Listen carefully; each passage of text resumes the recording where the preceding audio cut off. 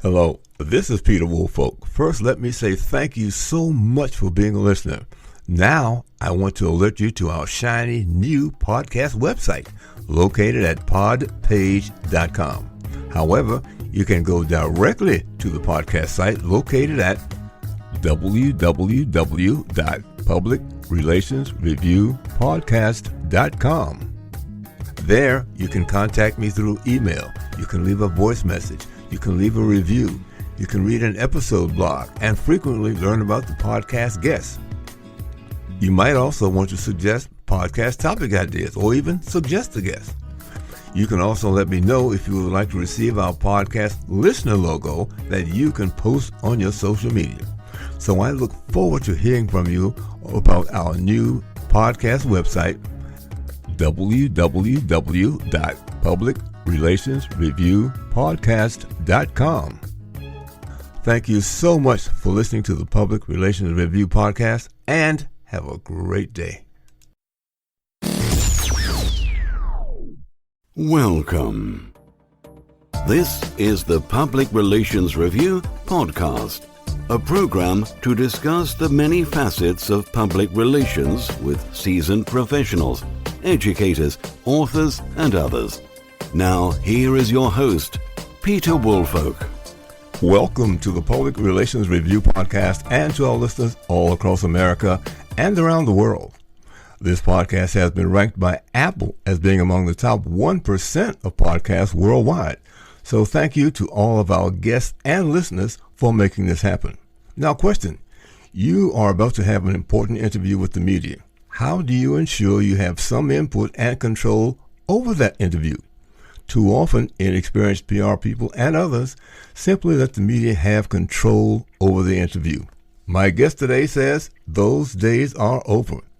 Joining me from New York City is Dorothy Crenshaw. She is now PR officer of ModUp. Before opening her namesake agency, Dorothy was president of Crenshaw Communications, which she helped build into a premier mid-sized New York PR agency for over 13 years. Earlier, she was executive vice president and managing director for Gray Advertising. And prior to Gray, she was with Edelman Worldwide. So, Dorothy, welcome to the podcast. Thank you, Peter. Happy to be discussing this with you. Well, look, you recently wrote an article outlining how to take charge of a media interview, which I personally believe also is a very, very important information to have and a skill to have. First of all, why do you think this happens?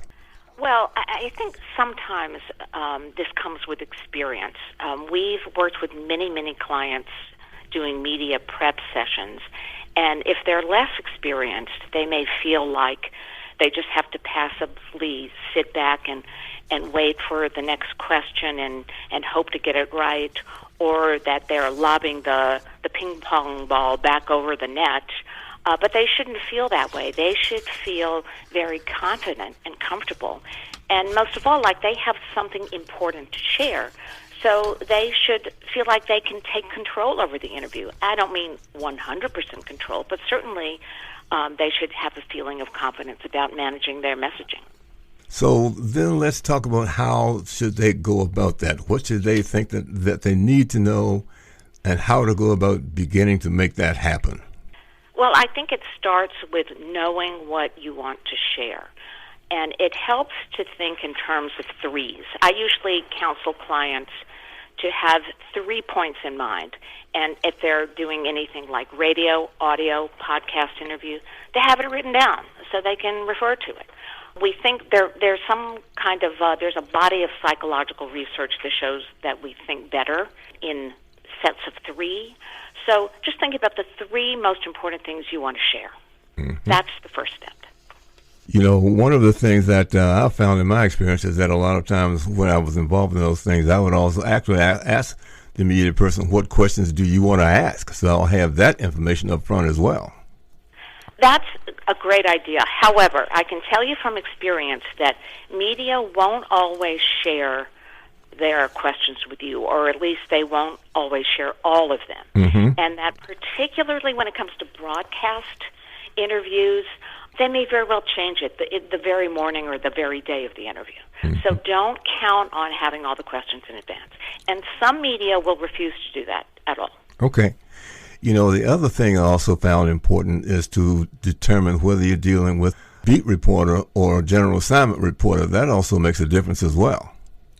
That makes a huge difference. And in fact, if you're working with a PR person or agency, and you really should be, I think, I'm not being biased, it's their job to tell you, to give you all that information. We will always put together what we call a briefing sheet. Every agency does this. It gives the spokesperson the reporter's background, their last 5 or 10 interviews, what we suggest the interview should be about, whatever intelligence we've been able to get about that reporter, professional intelligence about their past work and what they're interested in. So you should have all that information. Mm-hmm. Now, what are some of the other things that you believe people should know in terms of being able to take charge? Because one of the things you mentioned in your article was to challenge a negative premise. Yes.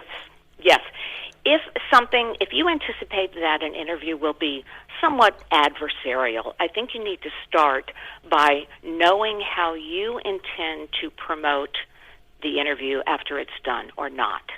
And what I mean by this is that in the Post, I use the example of a recent interview that the president of Guyana did with a very important BBC reporter.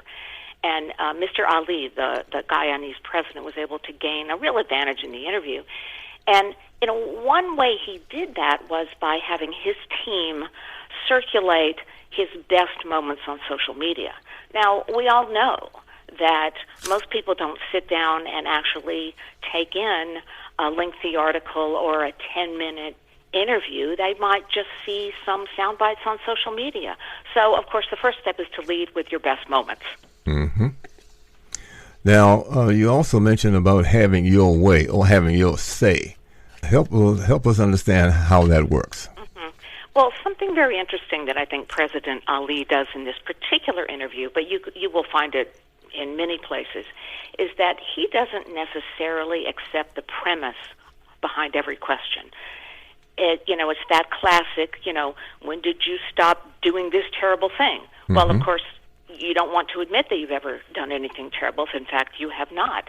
So you need to challenge that premise, and you can just say it in those words. You can say, well, actually, I don't agree with that premise. I actually think a better question is blah, blah, blah, and segue into the point that you want to make. Mm-hmm. I think that's a hugely important point that you're just making there, because too often people, and again, I guess we're looking at more inexperienced people, don't think that they have the right to challenge things from information from a reporter. Yes, this definitely comes from experience. And I want to say, I've seen it used in bad faith. I don't believe that it should be used in bad faith by people who are trying to distort the truth.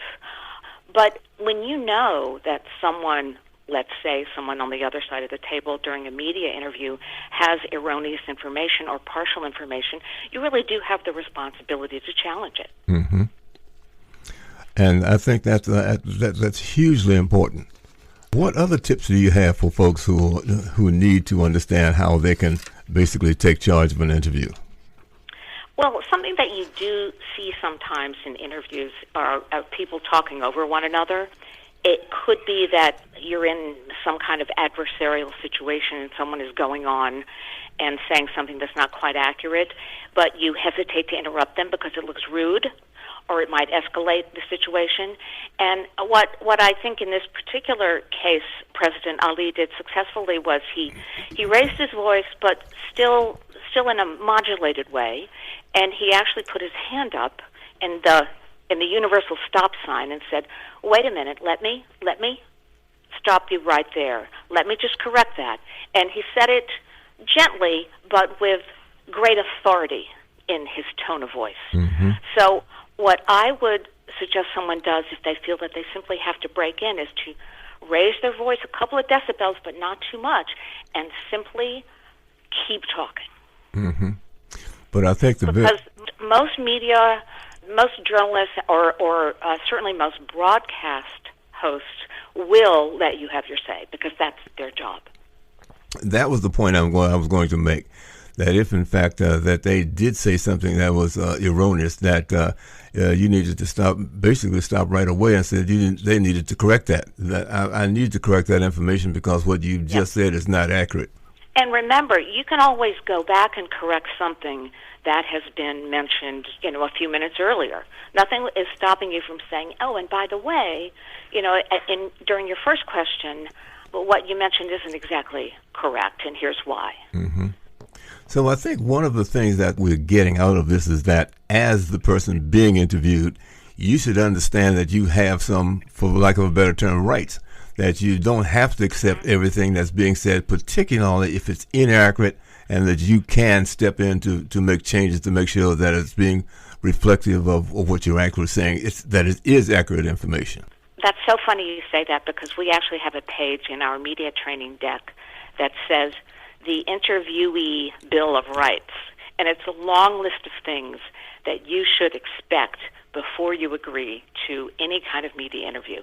And I'm not saying this because I expect them to be adversarial, because typically they are not. Mm-hmm. But it's just more about the things that you should require, and that, again, it's typically the PR person's job to make sure happen, but you have to take responsibility when you're the one basically in that seat. Well, you brought that up, this list. Could you rattle off, if you would, maybe about 5 items from that list that you think that should be discussed maybe prior to an interview? Sure, absolutely. I mean, first of all, you have the right to not answer a question. You have the right to say, I don't have that information, but I'll get that for you. Mm-hmm.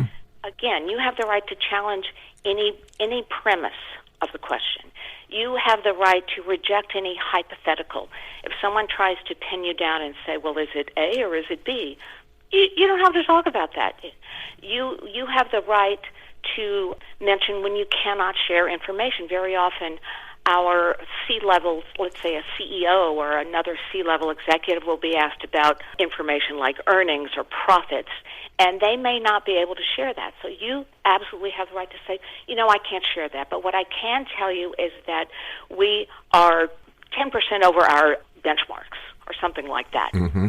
Again, what we're trying to do in the spirit of cooperation and in the spirit of having our interviews actually be aired or printed or posted is we want to give the media something substantial, but we can't always give them the exact information that they may want. Another thing I think is important for people to consider is the no comment. That some people say that, from my point of view, it's the worst thing they can say, because under conditions you can comment, and you can say, I can't comment because, the judge does not allow me to, or this is privileged information, or something along those lines. But just leaving it at no comment leaves people with some suspicion that maybe you're trying to cover something up. That's right. I think the phrase no comment has become kind of a cliche. And what it usually signals is, I'm afraid to say anything, and it's not really, they're not very good words to put together, but you can certainly express that in a different way. Mm-hmm. And like I said, we always suggest that if we are not able to share, one, piece of information, that we offer something else. Mm-hmm. And in some cases, I can recall years ago, I was with the when I lived in Washington, D.C., I was communications person for the fire department. And I can recall the chief getting up there. He was about some ambulance being sent to the wrong address. The chief couldn't answer it. So I had to actually get the guy who oversees the ambulance operation to come in and explain why. So that really took the chief off the spot, because he was in a bad time. He tried to answer everything, which I think is a bad mistake, that the leader doesn't have to try to answer every question, because they don't know the nuts and bolts of all the operations of an organization. That's such a good point. As a matter of fact, they shouldn't know everything. It makes them look, in some cases, besieged or under pressure or overwhelmed if they try to answer everything. They should be calm and dignified and say, I'll have such and such address that, or I'll have the team get back to you about that today. Mm-hmm. That's the thing that I think a lot of people should fully understand, that you don't have the answers to all the questions. Again, sort of going back to some past experiences when I worked on Capitol Hill, and there's so much legislation going on up there. If I ran into somebody that focused on that legislation, I could maybe answer the headlines sort of stuff. But the details of it, then I'd refer them to the person that helped write the legislation, which is fair because they're the ones that know all the nuts and bolts and nuances of what it is they're asking. Exactly. And you don't want to get it wrong. And any journalist will appreciate that. Mm-hmm. And I think that's hugely important, too, a lot of times that, and again, going back to past experiences when I had a congressman in trouble and I knew that, or based on the news reports that was inaccurate, I told reporters that, and that we would not only bring the people who knew exactly what was happening, but then we would actually invite you in to talk to those people so that you can ask all the questions you wanted to make sure that you had the right information to move forward with. That's good media relations. That's exactly what you should do if you can. So what are some of the other tips that were on your checklist? Well, I mean, there's one that's fairly extreme that I think, again, has been used in bad faith by some people, particularly in the political world, which is an acronym known as DARVO. And I think DARVO stands for Deny, Attack, Reverse, Victim, and Offender. But it's basically when you turn on the person who's maybe implicitly or explicitly accusing you of something, and you try to accuse them of the same thing or something similar. And like I said, I've seen this used very poorly and by bad actors, so I'm not saying that this is something that you should always do. Mm-hmm. But I think that the example that I describe in the blog post is that same President Ali of Guyana, is being basically accused by the BBC reporter of being a polluter by extracting these huge oil reserves that were recently discovered off the coast of Guyana, and it will have greatly enriched the nation. So suddenly Guyana is one of the richest nations after being really a very poor one. And so this BBC reporter is almost lecturing him on the potential impact. And President Ali just turns it around and basically says, the world in the last 50 years has lost 65% of its biodiversity. We have kept ours, but do you value it? Are you ready to pay for it? Who in the developed world is going to pay for it? You know, how can you lecture us on climate change when you have been the polluters for a century? So he is basically turning the tables on the reporter and accusing him really of being condescending to the developing world. And the excerpt that was posted and that went viral really did strike a chord, I think, among many leaders in South Asia, the Caribbean, and other areas, because they agreed with President Ali. Now, whether he's right or wrong, I'm just saying it was a very effective tactic. You know, as I listen to you explain some of these things, one of the things that I think, and perhaps I've not actually been to a media training class, but if you're in the public relations business, I think that you should go to one of those as to how to handle these kinds of extreme, for lack of a better term, extreme interviews where reporters are pressing you and trying to force you to say something that, you know, either shouldn't be said or should be said in a certain way, or have someone else to answer that question. How to handle those things in some sort of reasonable form to move forward. Mm-hmm, mm-hmm. It's true. I mean, you have to learn how to do that, because most people don't think quickly enough to do that, nor do they necessarily have the ammunition, the facts and the figures, the data to turn the tables. And as I said, in some cases they turn the tables when it's wrong to do so, and they're not acting in good faith. So it's to be used very carefully. Well, Dorothy, let me ask you: do you have any more tips from your list of things to do to maintain or take control over an interview? What have we missed? Well, you know what one of my favorite tactics is, and it's not necessarily anything that you need to do because an interview is adversarial, but one of my media training mentors taught me this, and I found it to be very true, and it's that if you want to stay in the story, a lot of what we try to do for our clients is to keep them in the story, meaning we will give a quote or a commentary or an interview, but you don't know that you've made it in until it's published or broadcast, right? Mm-hmm. So one thing that I was taught is to give a colorful quote that conveys visual imagery, that evokes a visual image in someone's head. Like the person who we do a lot of work in ad tech and data, the person who originally said data is the new oil. That really stuck. And actually, a lot of people have taken credit for that phrase, but I don't really care who first said it. The reason it stuck, I think, is because it immediately evokes an image in your head. We talk about data transparency a lot in exchanges for our clients, and their advertisers are annoyed about this black box of this lack of transparency in the way that digital ads are delivered. And we started to talk about the glass box because we're transparent, and that really stuck because, again, it stays in somebody's head. I was listening to a radio interview, and it was about a bridge repair, not the Baltimore Bridge, but another bridge, I believe in Minneapolis, and they likened it to open heart surgery while the patient is walking.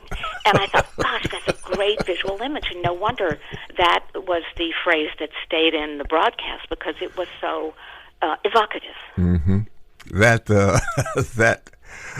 first of all, it's very interesting, but I think that's going to require people being able to think on their feet relatively quickly to be able to pull that off. You have to. Yes, you have to prepare these.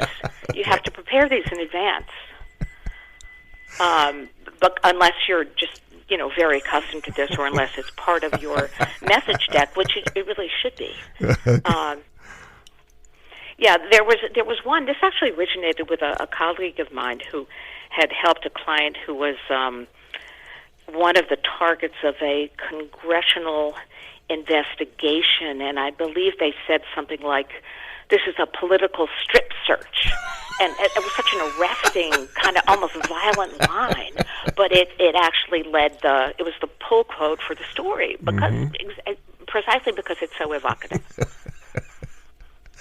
Well, Dorothy, this has really been not only enjoyable, but a very informative interview. I am really, really happy that we were able to have you on this podcast today. And any closing remarks for the listeners?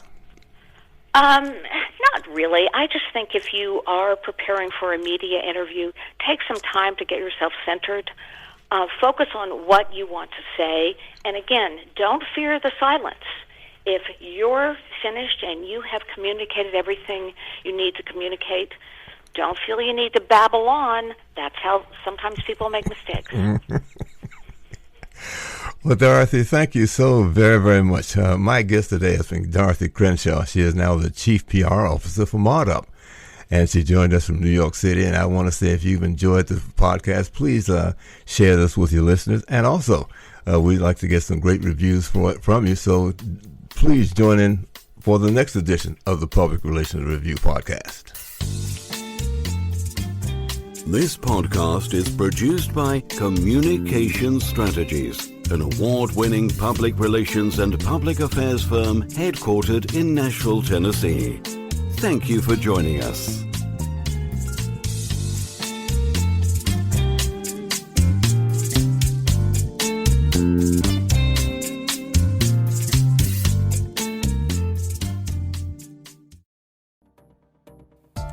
Hi, this is Peter Woolfolk speaking. Now, first of all, thank you so very much for listening to the podcast.